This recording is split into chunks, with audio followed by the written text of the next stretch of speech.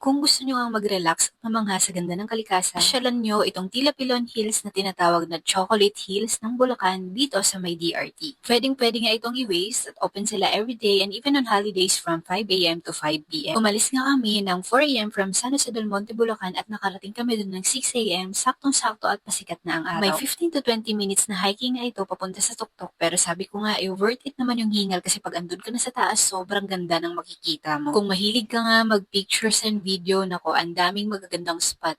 Huwag niyong kakalimutang sumakay dun sa swing nila na ang sarap sa feeling pero kumapit ka lang ng maigi. Ito nga yung tinatawag nila na Chocolate Hills ng Bulacan kasi napakaganda naman talaga ng tanawin na makikita mo at makakapag-emote-emote ka nga. May entrance fee nga pala sila dito na 75 pesos per head at may tour guide fee na 300 pesos pero good for 5 packs na. Pwedeng-pwede nga din kayong mag-camping from 4 p.m. to 7 a.m. at ang entrance fee naman ay 150 pesos per head. May tour guide fee na 800 kung group of 10 kayo. Kung gusto nyo nga mag-camping dito ay may tent rental din sila pero kung meron kayong sarili ay mas maganda para makatipid. Kung may dala nga kayong motor ay meron silang parking fee na 20 pesos at 50 pesos naman para sa 4-wheel. O diba, sulit yung pagod dito. Minsan kailangan din natin ng break at enjoy ang buhay pati ang kalikasan. Kaya naman go na, pumasyal na rin kayo sa Tila Pilon Hills.